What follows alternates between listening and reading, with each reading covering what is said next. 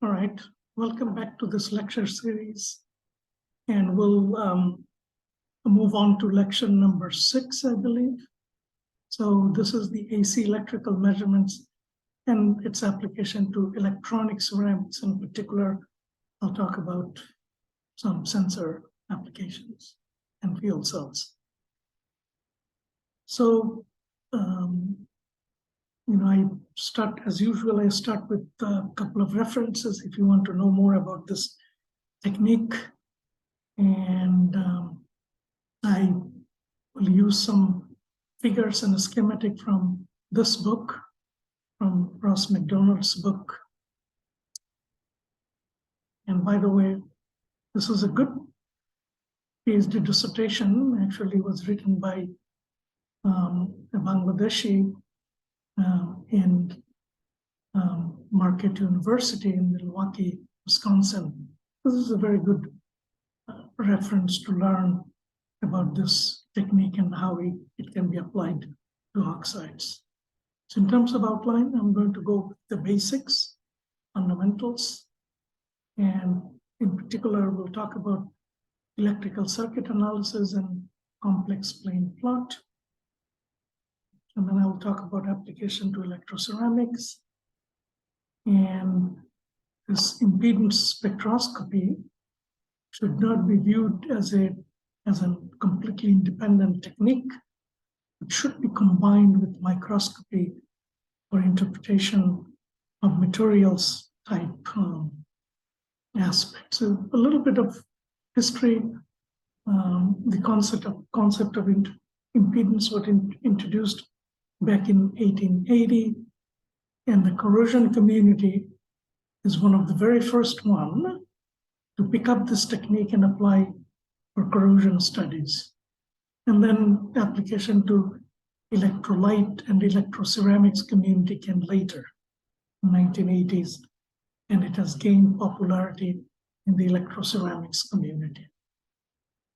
So the idea is, by this technique, we can represent physical or chemical processes in the material in terms of electrical circuit constructed based on measured impedance. That's the whole idea. And what is the physical meaning of impedance? For DC measurement, we take a sample, apply voltage, measure current, and then we use Ohm's law to figure out the resistance. Then in the AC measurement, what we do is we apply an AC voltage that changes with time or frequency, and we measure current, which is also time dependent. There is a phase shift between the applied voltage and the measured current. So we apply voltage, frequency dependent voltage like this.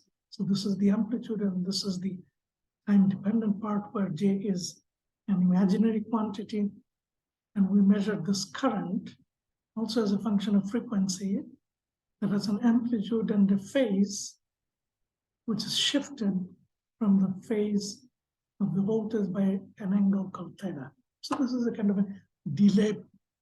This shift angle represents a delay in the response. So you apply voltage and current immediately doesn't pick up. That's the whole idea. And then you basically take the ratio, like in the DC equivalent, take the ratio between the frequency dependent voltage and frequency dependent current that we measure. And that is called impedance. So impedance, by definition, is a complex quantity that has both real part and the imaginary part, particularly because of this imaginary quantity called J, which is a square root of -1. So if you have taken, frequency dependent, if you have done frequency dependent electrical circuits, you probably know this already. So in terms of representation, a resistor will be typically represented by this symbol, and the contribution from a resistive component to the impedance will be just the resistance. Sometimes we may have inductor if we have an inductive component, the contribution from the inductive component to the impedance will come in this form, j omega L, where L is the inductance, like in Henry, and J is the square root of -1. Usually we don't see this in most materials in our measurement range. You see this inductive component mostly coming from experimental noise.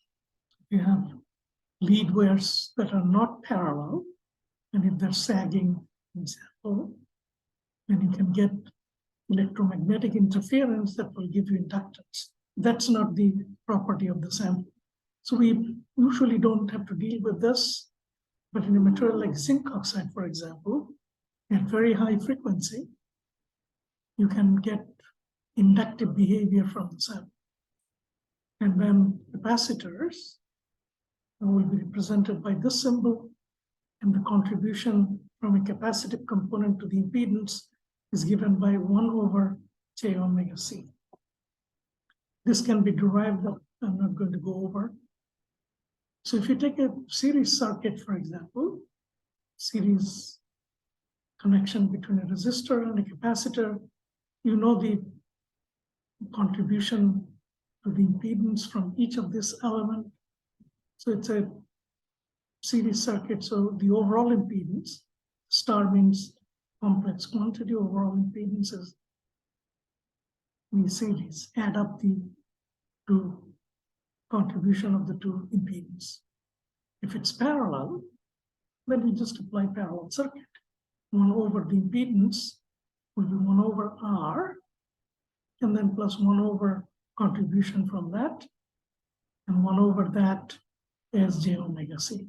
So you just do basic electrical circuit the way we do. If you take a parallel circuit like this, RC parallel, you can do parallel circuit right there. And then if you simplify, it comes out to be this. And then if you're interested in impedance, then it's going to be inverse of that. So that's what you do there. Now you can see that this is a complex quantity, so you need to separate the real versus imaginary. And the way to do mathematically is that you multiply the numerator and the denominator by the complex conjugate. And the complex conjugate of this is 1 minus j omega RC. And if you take that product in the denominator, you will have 1 plus omega RC squared. And this is the numerator. And now you can see that you can separate the real part versus the imaginary part. And that comes out together. This is the real part, and this is the imaginary. Okay? That includes this imaginary quantity, which is a square root of 1, -1. So this overall impedance that you get from electrical circuit analysis comes out to be the real part, which is designated by this, minus j times the imaginary part, which is that. So what you can do, if you look at this real versus the imaginary part, you can actually relate those two by this equation in this case. So this is an interesting equation. Real part minus r over 2 squared plus imaginary part minus 0 squared equals r over 2 squared. So this is actually an equation of a circle that has a radius of r over 2, and with the center of the circle being on the x-axis, r over 2 and 0. That's where, so if you do a real versus imaginary part, the imaginary part, z double prime in this case, it's actually a negative z double prime, versus real part, z prime. For each frequency, you can see as you change frequency, you will get one data point. But as you move from low frequency to high frequency, the data point, that real versus imaginary data, will follow along that contour of that circle. I said, this is an equation of a circle. So why am I showing a semicircle? No, because in the other quadrant, you will get negative impedance, which has no physical meaning. So the impedance has physical meaning only in the first quadrant. So that's why you draw a semicircle. So the bottom line is that this kind of RC parallel, when you do a complex plane plot in the impedance plane, imaginary impedance versus real impedance, you will get a semicircle. So this can be associated with a semicircle, and you can see the diameter of the circle will give you the numerical value for R. And from the peak frequency where omega times C times R has to be equal to 1. So you already know R. You know what the peak frequency is, this frequency. And by using this relationship, you can figure out a value of C, which is this circuit element. So the idea of doing this complex plane plot is to get the numerical values for the circuit that you are analyzing. So these are known as so-called Nyquist plot, this impedance plane plot. So we just talked about an RC parallel that will give you a Nyquist plot like this. You can actually represent the data in the Boddy plot. So Boddy was a scientist who also worked at Ohio State in the Fontana Corrosion Center.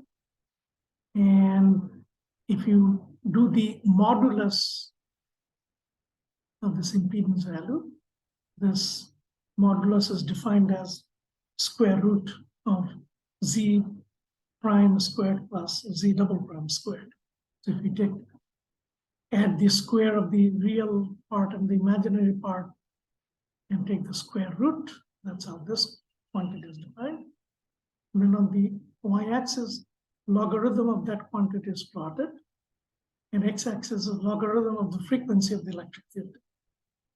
And then your Boddy plot is given by this plateau and then inclined angle. So that quantity, the data will lie along the plateau and this incline. So from the plateau, you can actually read what that impedance value is.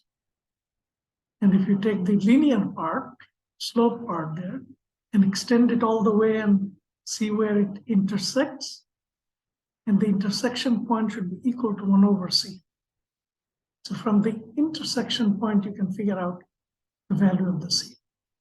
So what am I trying to show you here is that you can get this R and C value, numerical values of this either from the Nyquist plot or from the Boddy plot.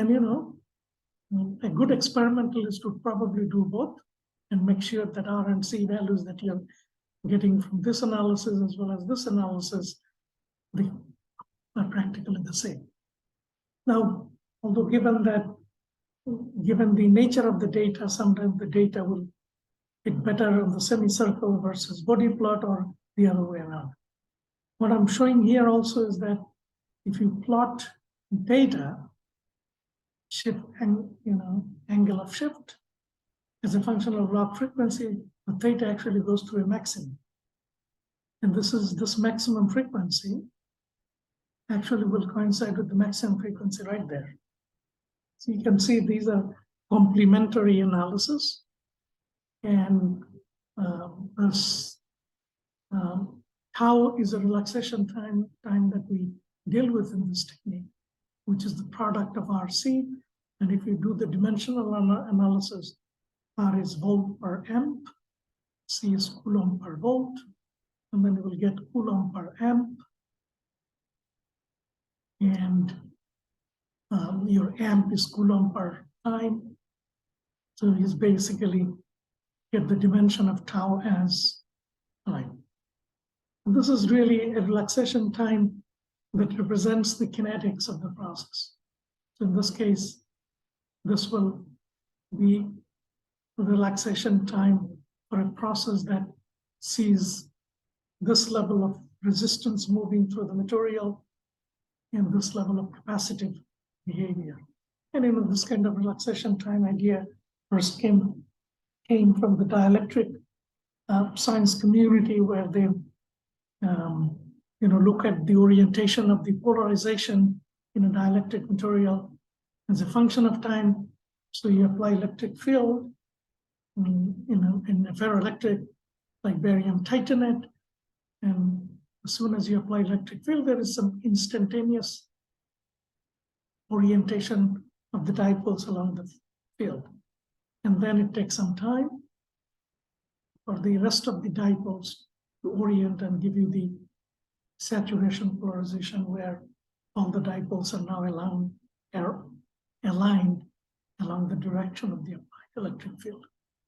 And from this kind of curve, you can actually figure out the relaxation time for the orientation polarization, for example, in this case. So we talked about an RC parallel giving a semicircle on the impedance plane plot. What if I add in series a resistive component? Then you will get something like a shift and then a semicircle. You can see from the shift you can get R1, and then this diameter will give you R2, and from the peak frequency you will get C. So again, the idea is that from this impedance plane plot, you should be able to figure out the numerical values of all the circuit elements. So again, thinking ahead, the idea is that you represent your materials behavior thinking about some electrical circuits, and you get numerical values, and this electrical circuit will represent contribution from, let's say, from grain versus grain boundary, or phase 1 versus phase 2, or you will see in the corrosion community that you can get polarization resistance that can represent corrosion rate. So this RC parallel with a R in series indeed is used by the corrosion community to represent the corrosion of metal, bare metal, with the circuit. So if you insert a bare metal in a solution that corrodes that metal, you can actually figure out or study the corrosion behavior of that bare metal in the solution using this kind of equivalence. You can see the RS will represent the solution electrolyte where the metal is inserted. RP will represent the polarization resistance that can be related to the corrosion rate. And this CDL is the double layer capacitance and the metal electrolyte interface. So the metal is inserted into the electrolyte, and the interface you get buildup of charge, and that charge gives you this capacitance, double layer capacitance. So if you do the electrical circuit analysis of that circuit, you can see that first you can do the parallel one, which is 1 over the parallel circuit impedance is 1 over RP plus 1 over the contribution of this to the impedance is 1 over j omega C double layer. So if you simplify now, it becomes that this is the parallel circuit. So if you do the inverse of that, so this is the impedance coming just from the parallel circuit, which is this, which we did a little bit ago, a few slides back. So you get the real part is that coming from that parallel circuit. This is the imaginary. Now with that, you have to add this in series. You do that, see the overall impedance now will be, this is added in series to that, which is right there. And you can see now this becomes the real part, and this becomes the imaginary part of the overall impedance of this circuit.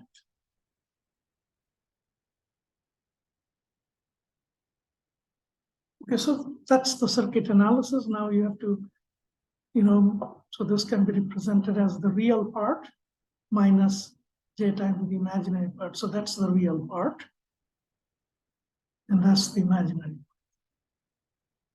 And if you actually do the Nyquist plot or Kolkol plot, it will look like this, as we talked about before. There will be a shift, and then then there is a semicircle. The shift will give you the RS, which was the resistance of the electrolyte. And this R, the diameter, will give you RP, which is the polarization resistance. And from the max frequency, you can get C double layer capacitance. So this polarization resistance, you get a numerical value. And that value will actually have bearing on the corrosion rate of the metal in that solution. You can actually represent that same data in the body plot. And in this case, the body plot will look like a plateau, and then this inclined line, and then another plateau. And one of this plateau will give you RS. This will give you RP, the other plateau. And from the inclined angle extension from the intercept there, in intersection there, you can get that will be 1 over CDL.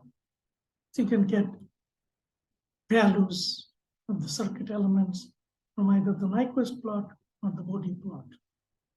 And this is used for corrosion of a bare metal in a solution. Now, if you have a metal covered with a insulating coating, for example, ceramic, and if there's a pinhole in that ceramic, the metal underneath will corrode. And that kind of scenario can be represented by this kind of electrical circuit. Okay? Where these are physical, meaning you can see this capacitance is the capacitance of the coating, which is something you know. Or you can measure from the impedance data. That's the capacitance of the coating material. RPO is the resistance of that pore that you have pinhole. And RCT, charge transfer resistance. The polarization changes into charge transfer at the interface. Okay? And charge transfer resistance at the interface of the liquid and the metal. So if you do the electrical, Nyquist plot of this, it will look like a shift, one semicircle, and then another semicircle. So you can see from the shift, you will get 1 RS in this case. Electrolyte resistance. And then from this diameter, you will get RPO, resistance provided by the pore in the coating, and this RCT from this diameter. And that's really the charge transfer resistance that is related to the corrosion. And then from the peak frequency on each of the semicircle, you will get the 2C and the CDL. Okay? And they will be related to the relaxation time. So the product of the R times C will give you 1 relaxation time, and the product of this R times C will give you the other relaxation time. If you look at this data in the body plot, now body plot will look more complex. It's plateau, inclined line, plateau, inclined line, another plateau. You can see this 3 plotter will give you 3R. So that will give you RS, RPO, and this will give you RCT. So what you get from the Nyquist plot, you get from the body plot as well. And from the extension of this linear part, slope line will give you intersection with this y-axis that will give you the 2C as before. So again, from the Nyquist plot or from the body plot, you get numerical values for the circuit elements. Now, life is not that always that ideal. We actually see this not ideal behavior of a semicircle. So you see something like the so-called constant phase element. Constant phase element, impedance of the constant phase element is represented mathematically by this equation, the constant phase element contribution to impedance, some constant times j omega to the exponent negative p. As constant phase element is typically represented something like this in the circuit. So constant phase element is neither a pure resistor nor a pure capacitor, some combination of the two. Now you can see for extreme values of P, so when P is approaching 0, you can see what happens. The impedance, you get a constant contribution. And that looks like an ideal resistor, equivalent to a resistor when P values are low. On the other hand, when P approaches 1, you can see this will become some constant divided by j omega. And that is equivalent to contribution coming from a capacitor. So when P is low, small, your constant phase element is behaving like a resistor. If P value is approaching 1, that constant phase element is behaving like a capacitor. But if P value is in between, then it's behaving like some composite, if you wish. So overall, for a sinusoidal, we applied voltage, you can actually show that the contribution coming from the constant phase element to the impedance comes in this form, when I talked about this P parameter. And, one can, from this constant phase element, one can figure out the degree of leaky capacitor, for example, compared to an ideal capacitive behavior. The other point I want to make is that you can either do the impedance plane analysis, or you can convert the impedance into other complex plane like admittance. So admittance would simply be 1 over impedance. And then you can convert the impedance to electrical modulus. All you have to do is take your impedance and multiply by j omega. That will convert the impedance into modulus.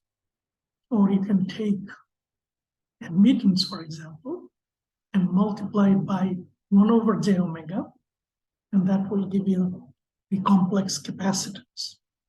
So you have a choice now. You can plot in this plane we have been talking about, Nyquist or core plot, or you can plot in this plane, admittance plane, or in modulus plane, or in capacitance plane. And you will see that doing the data analysis in multiplane can give you additional physics that may not be resolved by single plane analysis. So here are some examples of some circuit elements arrangement. So this is in the impedance plane plot. You can see the real part versus the imaginary part. And we have talked about this RC parallel connected with a series R.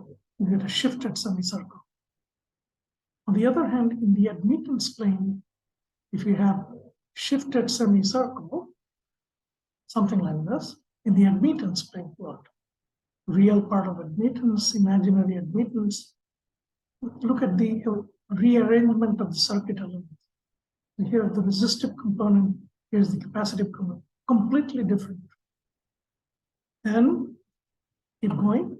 If you get this shifted semicircle in the capacitance plane, real part of the capacitance, imaginary part, you see the circuit elements are rearranged very differently now.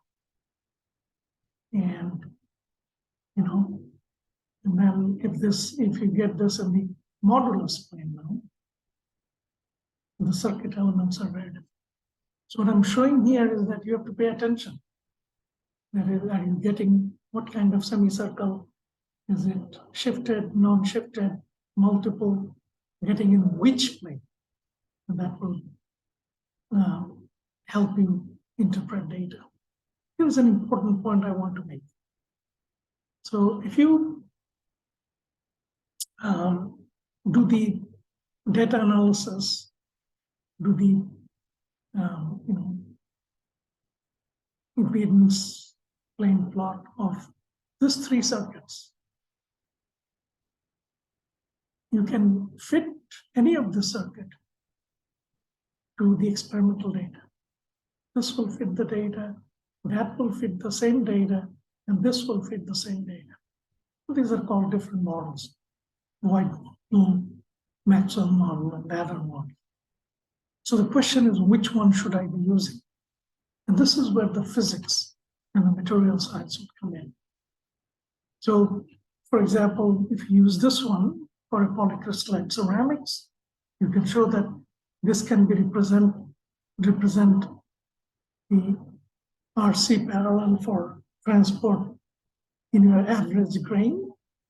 This can be across the grain boundary, and this could be across the sample electrode interface, which makes sense. So you have a polycrystalline ceramic that has grain and grain boundaries, and you put electrodes on the surface, and you can expect, intuitively, you can expect some resistance representing the transport through the average grain. Then we may have a different resistance going across the grain boundary, and yet another resistance going across the sample electrode interface.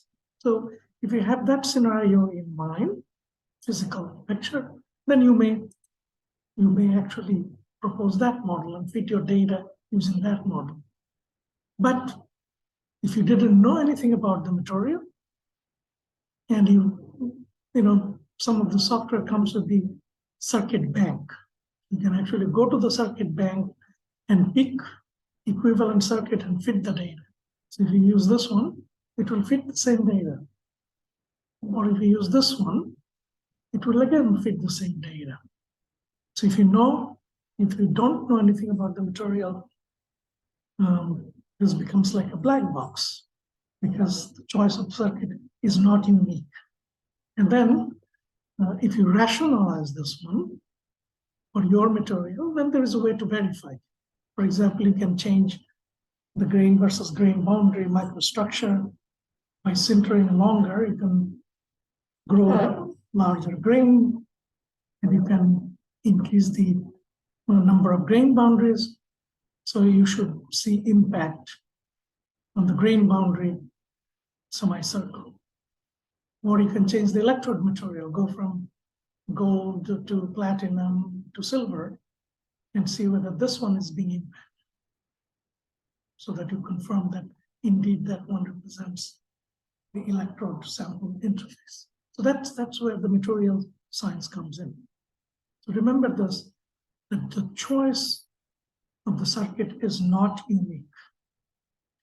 Here is the analysis that will show you the advantage of doing multi-plane analysis. So here is the imaginary resistivity versus real resistivity. So this is really impedance plane plot. You can see nice looking semicircle. What are these numbers? 1, 2, 3, 4, 5, 6. These are actually frequency. So 2 means that's 10 to the 2 means 100 hertz, one means 10 hertz, 1000 hertz, and so on. And frequencies going from low frequency to high frequency at this. Now, in the impedance plane plot, nice looking ideal semicircle. If you take the same data, convert the impedance into electrical modulus, and do plot in the modulus plane plot, you see nice split of two semicircles, which may represent, in this case, it could be a composite material. You have a two-phase mixture, and one phase has a relaxation time associated with this one, and the other phase has a relaxation time associated with that one. So you can see that by plotting the data in the other plane, you are being able to resolve one of the semicircle which is hiding, either at the low frequency, high frequency end, or at the low frequency end that you cannot resolve in the impedance plane. Here you see the reverse example. Here you can see modulus plane shows a single, and then impedance plane give the resolution. So it depends on the R1, C1, and R2, C2 values of which plane will resolve it. But you can see clearly the benefit of doing the multiplane analysis to see whether any of the physics is missing in one of its analysis. So going back to material representation, example I cited before is that if you have a polycrystalline material, and if you're measuring impedance of that sample, you can actually relate this to the data. If you get three semicircle, you can represent by, you can see in the impedance plane plot, you get three semicircle, represent the data in terms of average bulk or grain, average grain boundary, and the electrode sample interface. Okay, and each of this will be associated with these specific semicircle. And then from the product of these quantities, you can get relaxation time for that, relaxation time for that, and relaxation time for that. That will represent the speed, the kinetics of the process, how fast or how slow those transport behavior are. So here's some data on yttrium zirconia that we talked about, and you can see the resistivity data that you convert into impedance and plot then real impedance versus imaginary impedance. So one semicircle, second, and part of the third semicircle. You will have to use nonlinear least square fitting to see where that semicircle intersects on that x-axis. And then this can be represented by this circuit, three RC parallel connected in series. And this will represent the average grain boundary, and average contact. And you can see that the R value that you get by fitting this semicircle, they are all in the mega ohm range. So average grain boundary, electrode sample interface. There is some variation, but all in the mega ohm range. But if you look at the capacitance value of the average grain, picofarad, average grain boundary is nanofarad, and the sample electrode interface is microfarad. So there are 3 orders of magnitude difference in these capacitance values. So, and typically the rule of thumb is that if the relaxation times are separated by 3 orders of magnitude, you will get resolution like this. But if the relaxation times come closer, then you will get overlapping semicircles. Resolution becomes harder. There are other interpretation of three semicircle. One can imagine that throughout your microstructure, there may be pathways. So these are the grains. There's a grain boundary phase, different composition. So one path could be going from grain to grain through clean contact. Or that could be that there could be another electrical pathway going through the grain, partially through the grain boundary phase, through the grain, and so on. Or it could be that the electrical pathway entirely through the grain boundary phase.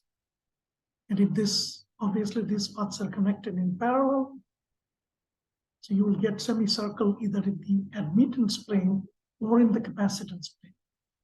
So if you get 3 semicircles in the admittance or capacitance plane, your interpretation could be that these are 3 different pathways for the microstructure, or could be that these one represent electronic conduction, like in a mixed electronic ionic conductor.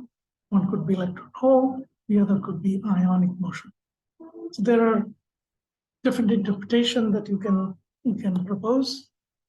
On the other hand, if you get a semicircle in the impedance plane or modulus plane, you can interpret it this way, with this being the bulk or average grain boundary, and the electrode interface.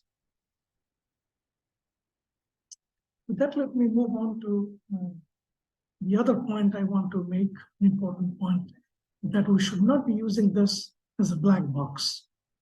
In fact, if you use this as a black box, then it becomes like probably what physicists or electrical engineers can do. They can obviously find an equivalent circuit to fit the data. The question is, the circuit, remember that choice of the circuit is not unique. So which one should we be using? That's where you bring in the material science. And for some of the interpretation, you will have to use microscopy. I'm going to show you some of the examples that I copied from Ross McDonald's book, and some of this micrograph are not very clear. So here is the first sample, has a microstructure that looks like this. And it's a tetragonal zirconia ceramic, partially stabilized zirconia, tetragonal stabilized zirconia with low mole percent of yttrium. Grain size in this case, so these are the grain, the average grain size is 600 nanometer. In the grain boundary, there's a, believe it or not, by doing tilting in microscopy, high resolution microscopy, they can figure out the width of the grain boundary phase about 10 nanometers. And selected area electron diffraction shows amorphous phase in the grain boundary, and EDS analysis shows mostly silica, alumina, and yttria. So yttria, aluminosilicate type material in the grain boundary phase. So that's one sample. And here's the micrograph of the other sample that is partially stabilized zirconia with high mole percent of yttria, showing lenticular grain boundary phase.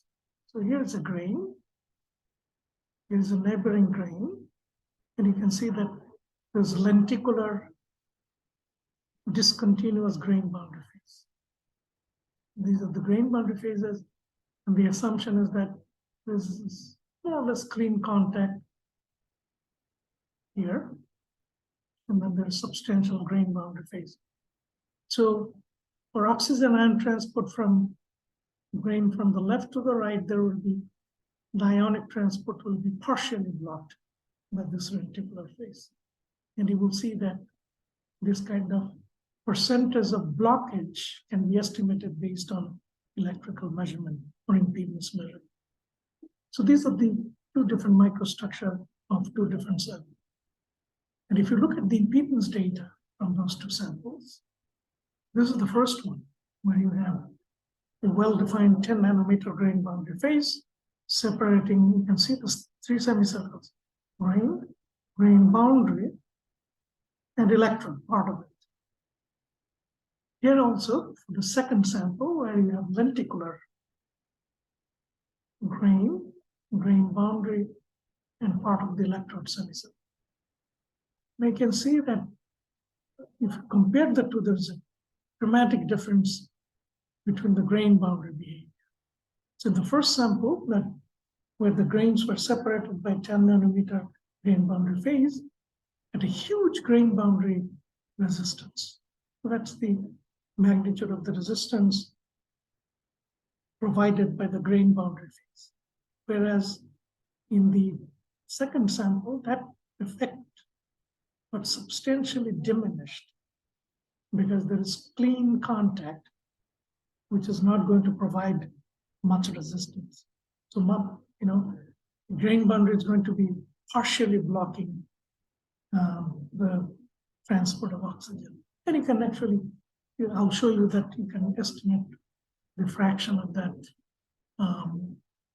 grain boundary, lenticular grain boundary blockage. So you can actually show that if you take the average size of the grain, if you do a bricklayer model representing your ceramic, which is not, it's an idealized model. Obviously, your grains are not cubes. And the grain, if you assume the grain boundary phase is a wetting phase, which continuously wets that grain boundary throughout the microstructure. And let's say the grain boundary phase thickness is d, and the size of the grain, average size of the grain, or this dimension of the cube is d. That ratio can be related to capacitance of the grain versus capacitance of the grain boundary. And you can get these values from the impedance data. Remember that you get from the peak frequency of the first semicircle, you get this from the peak frequency of the second semicircle. And so you can do SEM of your sample and get an average grain size. And from the impedance data, you get these. So this will allow you to estimate the thickness of the grain boundary phase in your microstructure. Hugely important parameter. If your grain boundary phase is wetting grain boundary, then you need to know, you want to know, what is the width of that grain boundary phase. That is not always possible to be measured by microscopy, and it's more time-consuming sample preparation, and you have to be very clever. You have to do some tilting and to see the grain boundary. So it's a difficult measurement, but you can estimate that based on this impedance type analysis. Another thing you can do, you can actually estimate the fraction of the, you can see that grain boundary phase is partially wetting. So here's a grain, neighboring grain, partially wetting the grain boundary. So there is some clean contact, but there is partial blocking by the grain boundary. And you should be able to calculate the fraction blocked by getting the resistance value from the grain boundary. You get from this diameter of the second semicircle, and this is the diameter of the first semicircle. So by taking this ratio, you can estimate what fraction of the grain boundary phase is going to block the transport. Very, very important quantity that we want to know. Here's some other example impedance spectra of a, yttria-doped zirconia single crystal. Sample 1 shows two-phase mixture of monoclinic and tetragonal phase. You can see there is some overlap of the data. You can actually fit two semicircles in the third one. So this is grain boundary, and the electrode. And in the second sample, you see second sample is fully tetragonal phase. So you see grain, and this is the electrode, and grain boundary is completely missing. And the reason being is that in this case, grain boundary is providing huge impedance because of this monoclinic phase, which is an insulator. And in this case, you have fully stabilized the tetragonal phase. So you have converted all the monoclinic to tetragonal. So there is no more monoclinic here. And you get that grain boundary block is from the monoclinic entirely gone. So it's basically tetragonal phase, which is a reasonably good conductor. So you can see that you get this monoclinic versus tetragonal phase of the microstructure. Here's another example of impedance data where you don't see the existence of the grain boundary semicircle. So this is partially stable zirconia, 7 mole% of the magnesium oxide and 1.5 mole% of yttrium. You can see grain, and then no grain boundary, practically no grain boundary semicircle in the electrode. So you look at the data, it's basically you get, so this is grain A, grain B, and in the grain boundary phase, you see well dispersed tetragonal phase in this case, which is a good conductor. So when you don't have an insulating phase here, the grain boundary semicircle will not be resolved. So colonies of tetragonal phase along the grain boundary. Here's another example where you don't see existence of grain boundary phase. And this is like if we add a little bit of bismuth oxide into Erbia, again, no grain boundary arc, because what this bismuth oxide does is during sintering kind of melts, and it actually sucks all the impurity phase from the grain boundary and deposits it to the grain-grain junction. So it's basically clean the grain boundary of the polycrystalline substrate. And this is known as self-cleaning effect. And people sometimes add this self-cleaning component that because of the surface tension will actually suck or dissolve all the grain boundary insulating phase and sort of precipitate it the grain-grain junction, and that way clean the grain boundary. And that's why grain boundary semicircle is missing in this case. Here's an example of, so if you look at the TEM, sodium chloride, cadmium chloride single crystal. With cubic precipitates of cadmium sodium chloride. So the single crystal has some precipitate of this compound. And if you do the impedance measurement in the modulus plane again, so not the impedance plane, modulus plane, you see indication of 2 semicircles. You can fit the data, and you have to be careful how you fit. Make sure the 2 semicircles that you use to fit, they should intersect at the same point. If they have overlapping intersection, then you will introduce some error in your analysis. So impedance plane plot actually shows single semicircle, but the modulus plane actually allows you to resolve it to 2 semicircle, and one will represent the sodium chloride, cadmium chloride single crystal behavior, and the other one is representing the precipitate behavior. So this is an interesting example, and here is yet another example where you deal with a partially stabilized zirconia 300 degrees C, and you measure measure the impedance at 300 degrees C of as received cell. Okay.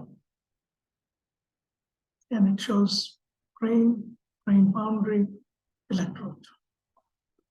Okay, then you age that material, heat treated at 1400 degrees C for 15 hours. And this changes into that. So the grain resistance is decreasing, grain boundary is changing, not by much.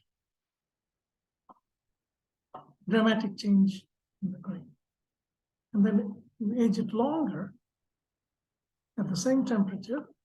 Now this sample shows this behavior. Now again, large grain.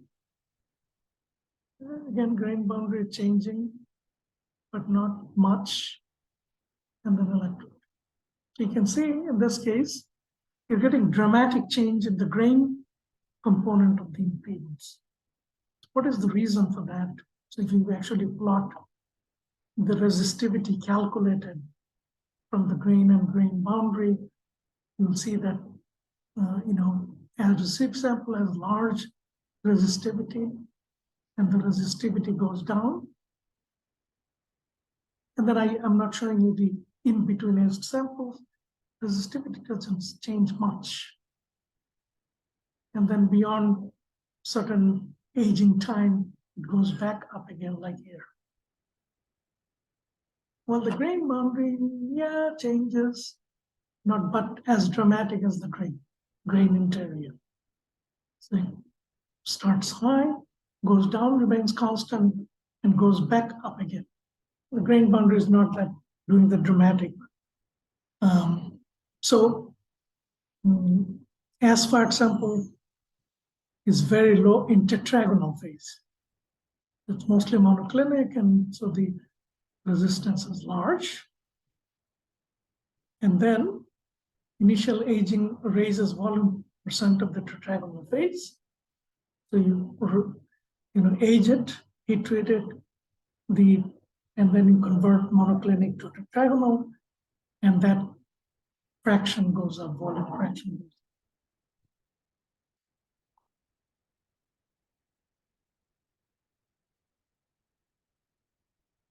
And then if you age it longer, and obviously you're going to, you will keep on nucleating tetragonal phase and grow those phases. Then beyond some aging, you're not going to nucleate any tetragonal phase. You're simply going to grow those.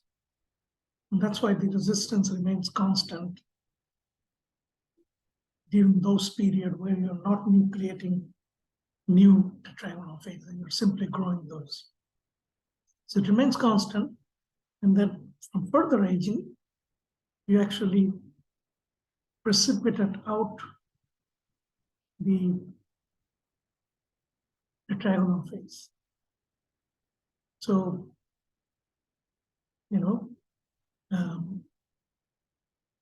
so more aging will transform back the tetragonal phase into monoclinic phase. So what is going on here is the monoclinic. Then you nucleate tetragonal, so it goes down, and then you grow the tetragonal, and then upon further aging, the tetragonal will start transforming back by giving off the dopant back to monoclinic, where the resistance. So you can see that from these studies, you can do this kind of interpretation, provided that you can do microscopy. And then it becomes very, very useful material processing and microstructure evolution type studies. Very, very important studies. With that, I'm going to move on to application to some of the electrochemical devices. Remember, we do oxygen sensing with heat-treatable zirconia. One side is the reference, the other side is the sensing side. And when you change the oxygen concentration, the sensing side should be changing, not the other side. So if you actually take an yttria stabilized zirconia and measure, so basically take a piece of YSZ, put platinum on both sides, and do impedance measurement.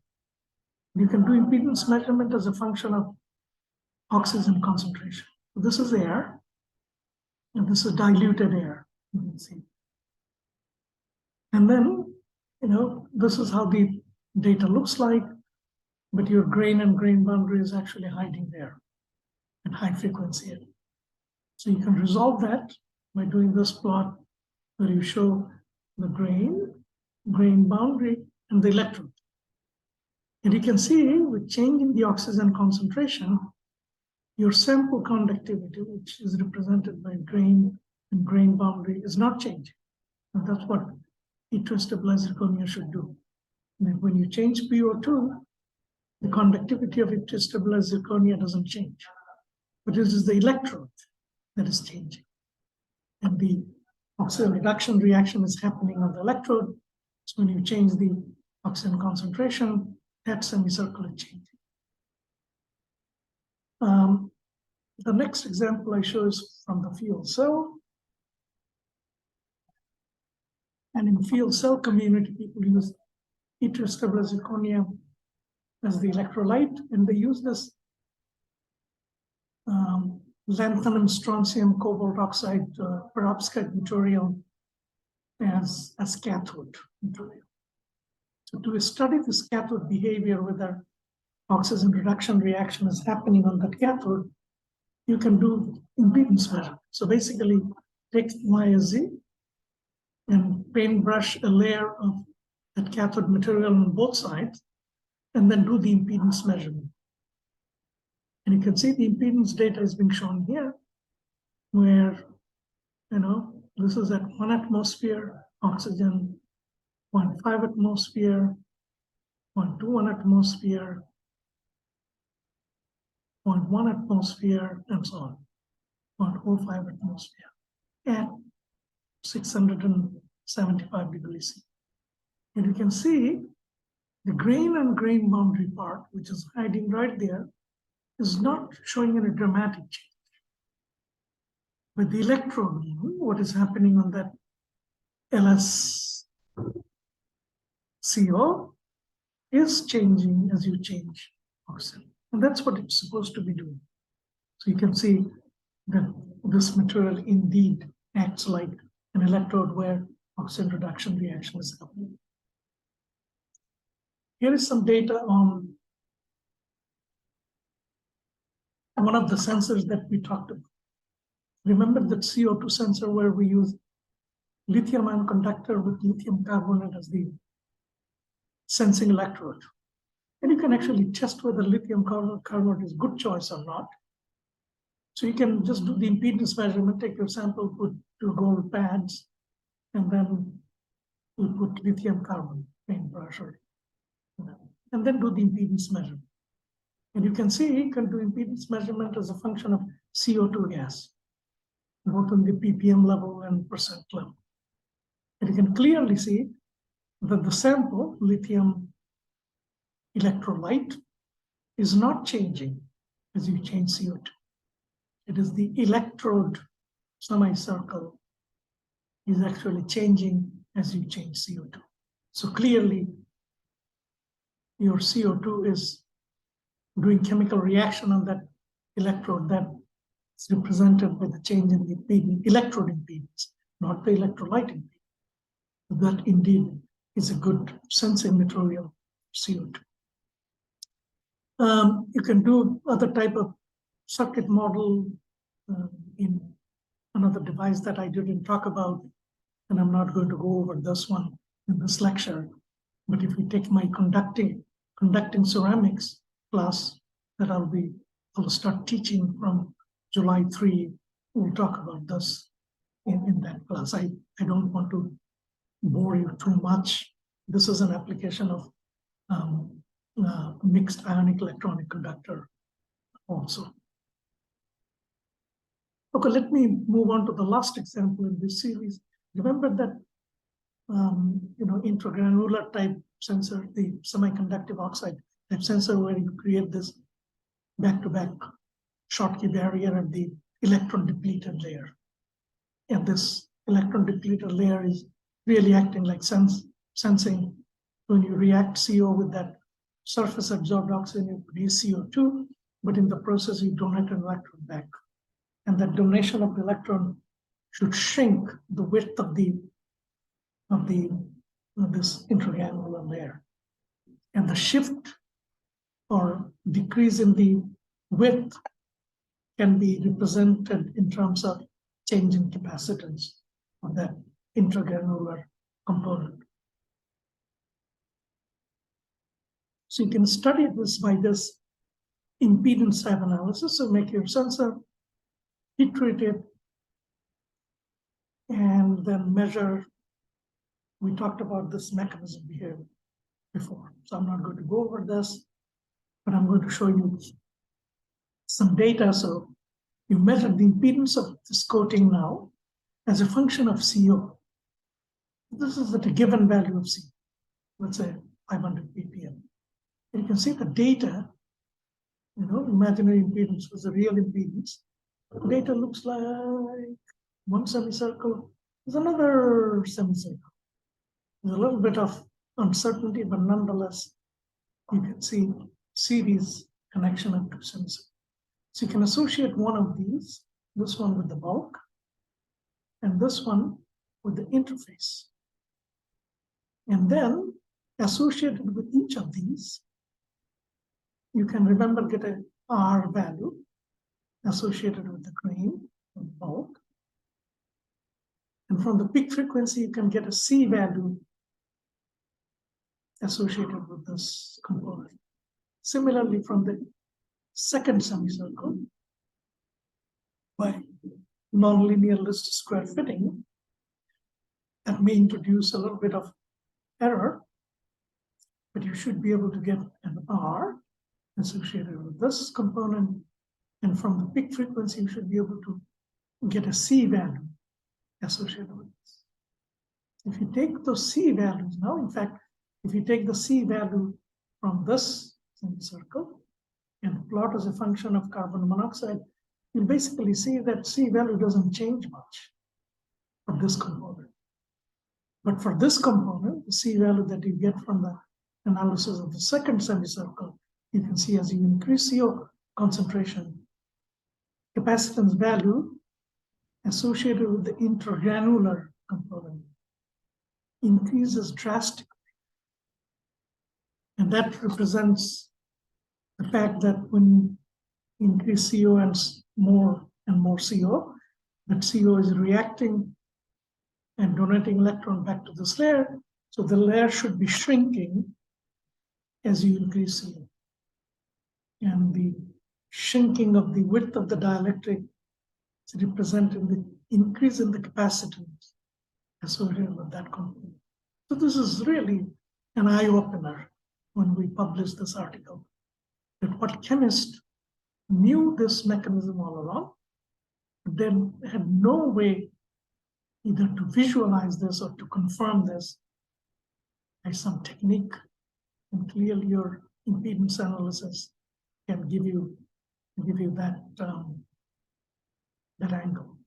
So then I'm going to conclude that choice of, make sure that you understand the choice of equivalent circuit is not unique, and multiplane analysis can provide additional information.